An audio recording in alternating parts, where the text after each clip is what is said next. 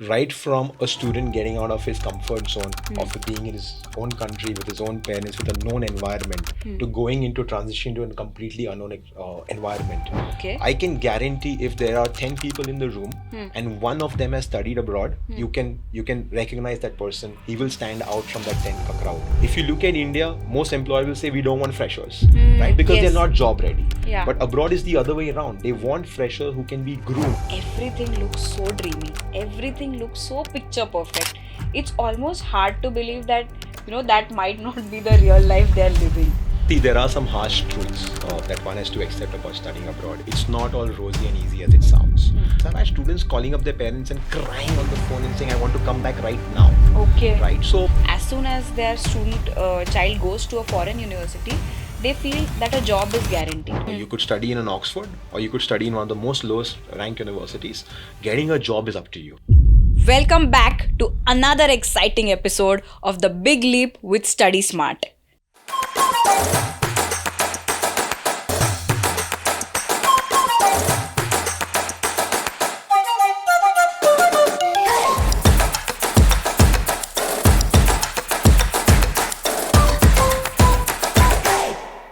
Welcome back, Chetan.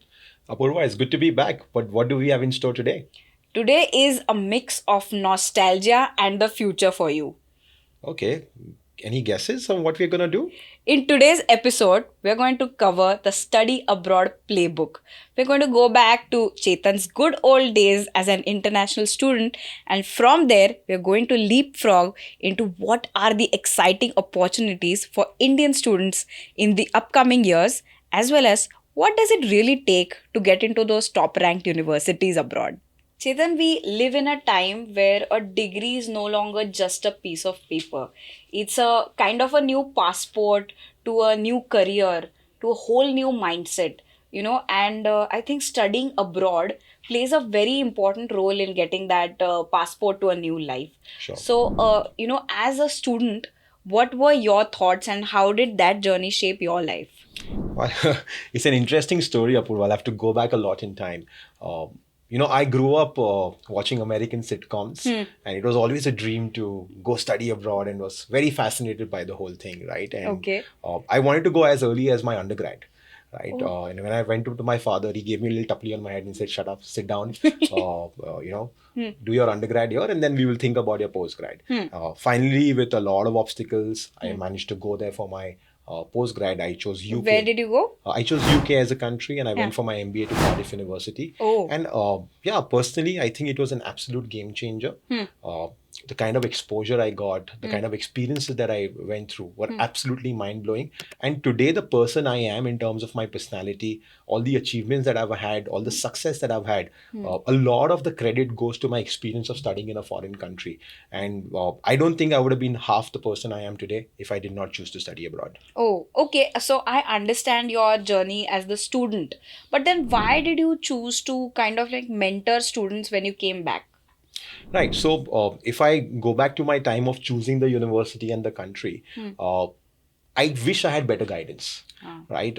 I think I could have done a lot better in terms of the university. I think I could have done better in terms of the location. And at the same time, I think I could have done something a little more cost effective as well. Oh. Right. So, once I understood the entire domain of the education sector and how it's functioning in India, I saw a gap for genuine counseling. Right, and ethical counseling. That is where I felt that a lot of students are not getting the right guidance, are not getting transparent and ethical guidance as well. And I felt that maybe that's my way of paying back to the student community, where I can share my experiences and start mentoring students. And that's how the journey of Study Smart started. We started with a small office with 3 people, and literally I used to do all the counselings myself. Okay. I still love doing counselings myself. I still end up doing 3 to 4 counselings in a day, right? But that's how it all started. And today it's been a fantastic journey because we've been able to mentor thousands of students who've had promising careers. And even today, the most satisfying feeling that I have is when a student calls me up and says, sir, I got a job here. I'm doing this with my life. I'm doing that with my life. I think that gives me maximum pleasure. What you just spoke about, your love for counseling and mentoring, that's very beautiful. And from there, I want to ask you, why is studying abroad such a game changer? Apoorva, I think it's an absolute game changer. I don't think studying abroad is just about the degree or just about good jobs. It's a life changing experience, right? Right from a student getting out of his comfort zone of being in his own country with his own parents, with a known environment, to going into transition to a completely unknown environment. Uh, the first 3 to 6 months are very challenging for students because uh, their decision making has to change. Yeah. The way they look at life changes. So those challenges make you a better and a stronger person. Also, the cultural diversity, the social experiences that you're gonna have, the kind of exotic places you're gonna visit, you're gonna try new cuisines, which truly gives you a global prospectus, right? So it's not just about the degree; it's a life-changing experience. When you say a life changing experience, it's kind of a transformation. But what is the real transformation that is happening for these students? Right. I tell my students that when you're studying abroad, you're putting yourself into a 24/7, 365-day personality development workshop. Right. So, what really transforms is their personality. Okay. I can guarantee if there are 10 people in the room and one of them has studied abroad, you can recognize that person. He will stand out from that 10 crowd. Why? Because the way he talks, the way he walks, the way he dresses, the confidence level, the independence will be a lot more. Right. So that's the real transformation that students go through, where their personality evolves into a better version of what they can be. And I think that must really affect your career prospects as well. How does that play out? 100%. So today, when you're studying abroad, firstly, you're getting better quality education. You're also getting access to more practical education, Yes. where it's more relevant to today's industry and what the employers want. That coupled with the transformation of you being a more independent, confident person, your decision making gets better. Your performance as an individual when you're joining a company Yeah. gets better. If you look at India, most employers will say we don't want freshers, right? Because they're Yes. not job ready. Yeah. But abroad is the other way around. They want freshers who can be groomed, Okay. right? So the kind of platform that they get to launch their career also is tremendous because they have specific positions for fresh graduates, internship positions that are on offer, which are taken very seriously, and they give that opportunity for a student to kind of jumpstart their career. Okay, I think that's a very important point. And is there any, anecdote or memory that comes to mind of a student whose life drastically changed after studying abroad? Oh, there are loads actually, but Study Smart has a lot of presence in tier two, tier three cities across Wow. Maharashtra. Okay. And I think the biggest transformation I've seen is for students who come from smaller towns, right? So I can tell you a story about this one particular student. When he first came to me for a counseling session, he was a very shy, complete introvert kind of a guy, right? Where he could not even look into my eyes while talking to me. That's how Okay. shy he was, Yeah. right? This lad went to UK for his masters. He happened to do a part-time job at Arsenal Stadium, the football stadium, Oh, wow. where he was working in the corporate boxes, and he got an opportunity to network with some of the top VPs of Barclays. He was in the Barclays ka corporate box, Okay. right? He did that networking and he managed to get an internship with Barclays. Okay. And today he's working in a very senior position in Barclays in London, right? So for a kid to come from a small town of Maharashtra to now be working at a top post in London with Barclays Bank is an absolute transformation and a success story that I can talk about. And I recently met him about 8 months ago, right? And I could not believe it's the same person, Oh. right? And yeah, he completely transformed. And again, he was full of gratitude that okay, it's because of Study Smart I had this opportunity and I was able to achieve this. Right. So again, the gratified to the highest level. That's wonderful. I mean, for somebody who would have probably maximum his dreams would have been Mumbai. For somebody to be in the UK and to have those kind of career opportunities that people in tier 1 cities dream of, that is such a reach.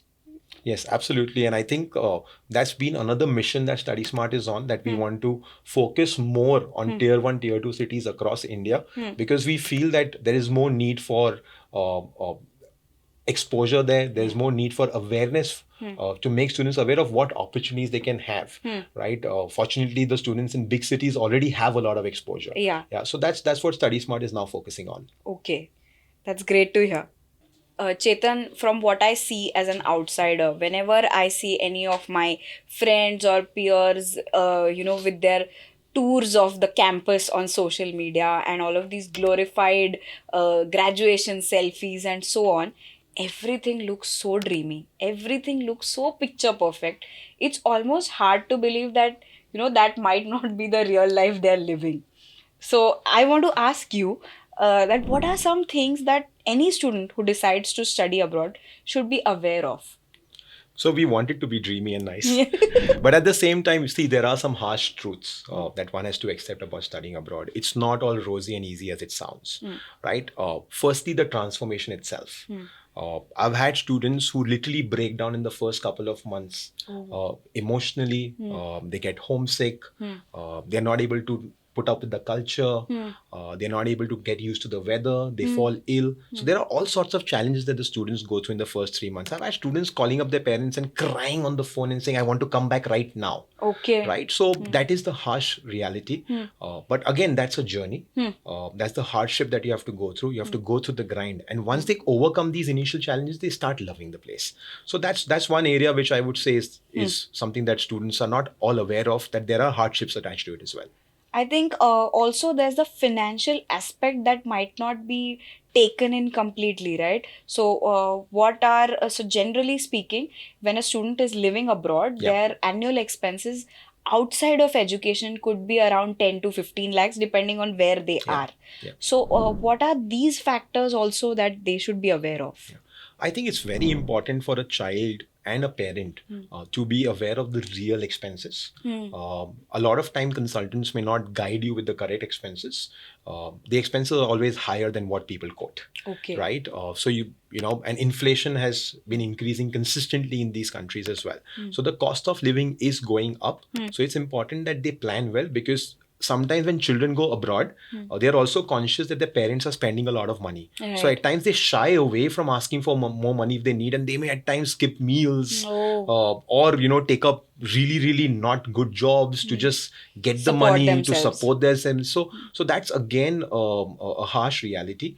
And let me be very clear, it's a tough life out there, right? As a student, you're going to have a 14-hour day every day, right? You're going to be doing your classes, you're going to be doing your assignments, you'll be washing your own clothes, you'll be cooking your own food, you'll be cleaning your own utensils.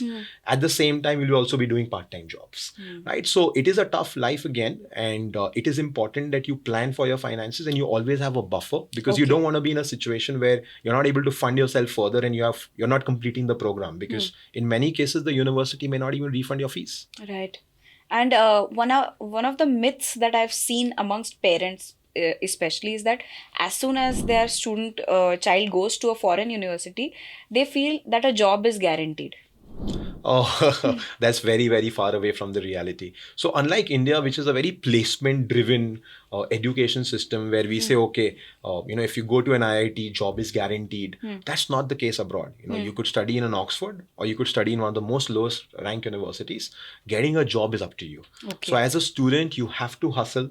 As a student, you have to ensure you're performing well in your course, you're networking with your professors, and you're utilizing various platforms that the university provide, like a career counseling platform. They have internal job portals. You're leveraging that to try and get a job. The university does not take any ownership of guaranteeing placements. Okay. They will provide support to the student, but it's the student's job to get a job. Okay. And just one last part that I want to ask here is, what about scholarships? Is it easy to get scholarships? Is it tough to get scholarships? It is not easy to get scholarships, right? Generally, scholarships are very department specific. They're very course specific as well, and they could be university specific as well. So a lot depends on what courses you're applying for. Generally, what we see is research oriented courses have higher scholarships because they want to invite students to come and do research. At the same time, it is not easy because as a student, you need to be a high performing student, academically very strong to get scholarships. Realistically, I've seen students getting a range of 10% to 40% of their tuition fees as scholarships. That's a fair range to target. Anything over that, say 100% scholarship or even a 50% scholarship, is generally for exceptional students who are academically really, really good. Chetan, the points you brought up about the harsh truths, I think they were very important and every student needs to be aware about them. Sure. But what I want to ask you next is what is it that these top universities are really looking for? What are they looking for in that student apart from, basic academics, I mean? Right. So while they look for more than just academics play a very important role, right? So higher your grades, better are your chances. And it's not only academics in your undergrad or only academics in a certain year, your final year. Okay. Your academic graph is what is looked at. So right Oh. from your 10th standard, 11th standard, 12th standard, your year 1, year 2 of your bachelor's, all the scores matter. And as long as your academic graph is consistent, then you have better chances, right? Apart from academics, we spoke a lot about the profile. Yeah. That also plays a very, very important role.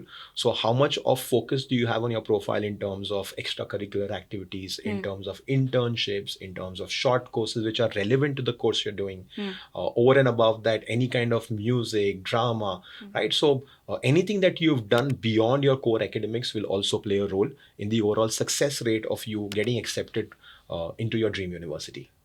If profile and the profile building is such an important point, I think for our students and parents who are watching us, we should be doing a specific episode because it's a very in-depth topic, I feel like. Okay, then let me make a promise to all the students and parents who are watching. We will definitely do a separate episode where we'll deep dive into what it takes to build an ideal profile for top rank universities. Thank you. So also when you were speaking about other factors, right? Are any extracurriculars or leadership aspects, communication skills, do they also matter? Oh, definitely. So today, if you're targeting undergrad courses, if you were a class leader or you were a class monitor or a class prefect, or you've had any kind of leadership experience in your school, that will play a very positive role. If you're targeting postgrad, then internships. If you've been active member of your various societies in your college where you're organizing events or you've taken up leadership roles within the college itself, all these will definitely add tremendous value to your overall chances of getting accepted. And also what it does is one of the most critical aspects that the universities look at is the SOP, which is your statement of purpose. So this will give you a lot of content that you can write on your statement of purpose and make it more impressive for the universities to look at. Okay, and another part of it, which is pretty straightforward, but I'd still like to ask you, is there are entrance exams that are necessary. So what does the score in those entrance exam play a role apart from your regular academics? Yeah. So depending on the country you're applying for, would have different exams that you need to give. So one is a communication or proficiency exam. IELTS is the more popular one, which basically the student proves his English language proficiency through that exam. That is where your communication skills come into the play, right? So you need to have strong communication skills in English in order to get accepted in the university in the first place. So every course, every university would have a minimum entry criteria that is required for you to score on the IELTS exam. So that's one aspect of it, which is mandatory for almost every country that you want to study in. Apart from that, countries like US and some top universities across the globe will also ask for various aptitude tests. So today, if you're targeting an undergrad degree, then you may need to give your SATs. If you're targeting postgrad, you may need to give your GRE or GMAT. Right. So these are primarily the kind of competitive exams that a student needs to give in order to study abroad. Okay. This is a lot of information, and I think we have to have separate episodes for almost all of these. For example, these entrance exams and which is the right exam for you for the career path you're on. And the SOP is part of it. Again, a very important aspect of your study abroad journey. So we'll dive into each one of these as we move forward. But this is a very good start for anybody who's considering how they want to go on this study abroad journey. Yeah, absolutely. I think we can actually do 3 episodes on this entire topic. But to sum it up, I would say this is where an expert plays a role, right? So today, if you're taking the right counseling or you're consulting with someone, they know how to present your application in the best light and increase your chances of getting accepted. There's nothing a student cannot do on his own, right? All the universities abroad have online applications where a student can go apply directly. The visa they can do on their own, the accommodation they can do on their own. But today, if they go to an expert, they know how to increase their chances of getting accepted and maybe get the offer that they want from their dream university. Right. If you're watching this episode, I think I'd like you to comment below of what are the most challenging aspects for you when you are filling out that study abroad application, so that we can get to pick Chetan's brain a little more on those aspects just for you. Thank you for watching another episode of The Big Leap. with Study Smart. I'm sure you found some of these tips very helpful and they've clarified your thought process on this study abroad journey.